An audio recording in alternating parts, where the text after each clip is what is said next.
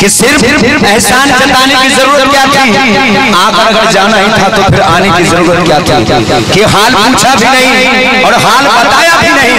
ऐसे अगर आना था तो फिर आने की जरूरत क्या थी, क्योंकि आंधियां आती है आएगी यकीन था तुझको, कि आंधियां आती है आएगी यकीन था तुझको, तो फिर बात सजाने की जरूरत क्या थी। और अगर तुझे गैर के बाहों से लिपट ही जाना था, कि अगर तुझे गैर के बाहों से लिपट ही जाना था, तो फिर मुझसे नजरें मिलाने की जरूरत क्या थी।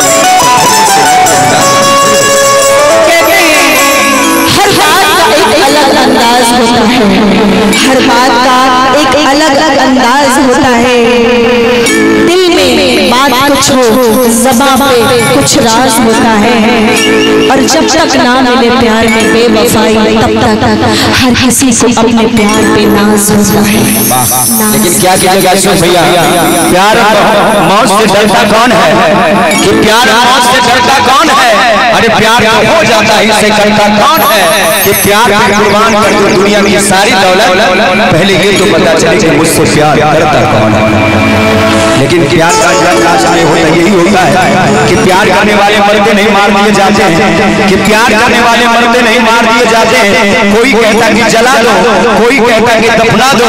दुनिया में एक भी ऐसा व्यक्ति नहीं है जो ये कहता हो कि दोनों बिछड़ा हुआ है मिला जा। कहना है हमारे भी फसाने मशहूर होते, हमारे भी फसाने मशहूर होते, हम तो तेरे इश्क में चूर चूर होते।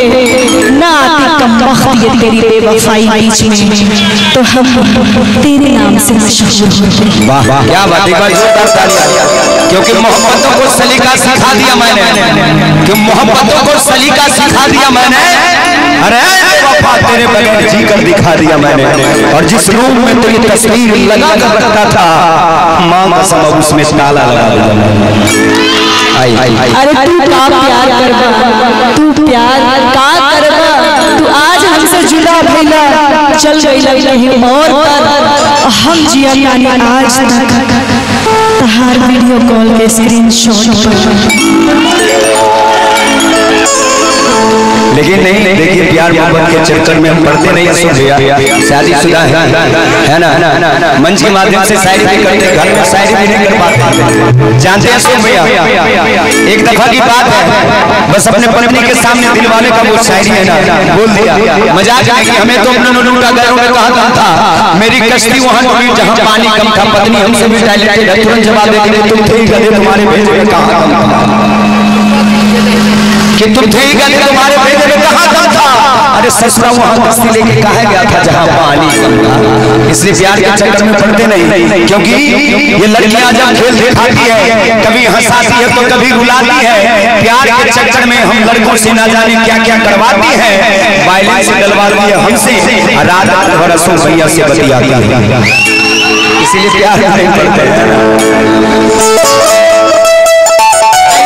आप सब लोगों ने बहुत पसंद किया उस गीत को, फिर बहुत सारे कलाकार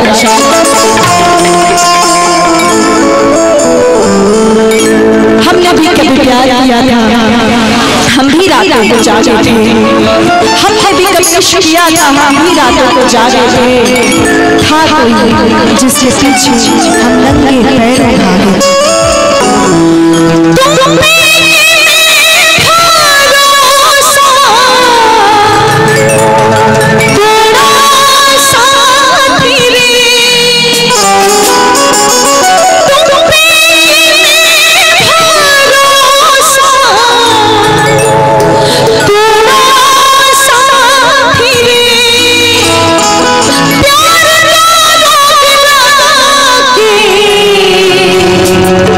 छोड़ा सा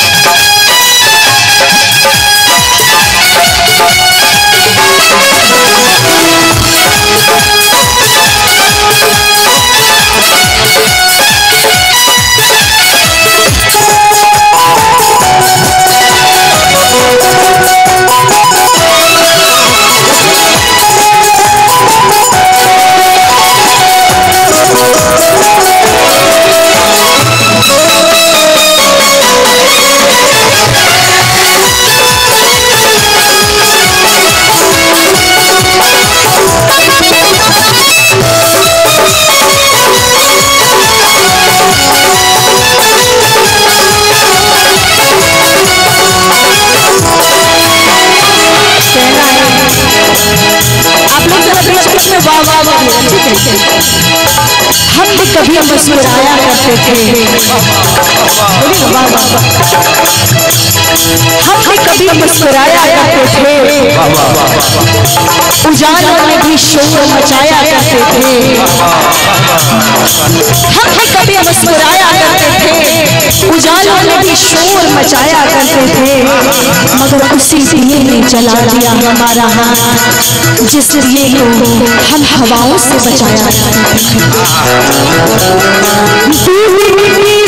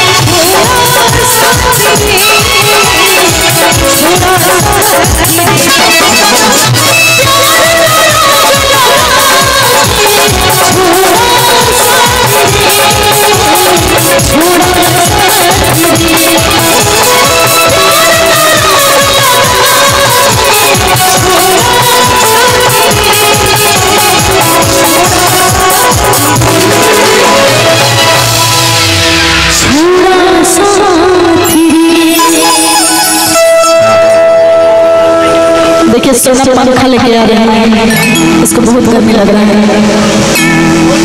शुक्रिया शुक्रिया। बड़ा खूबसूरत आशीर्वाद भैया की तरफ से।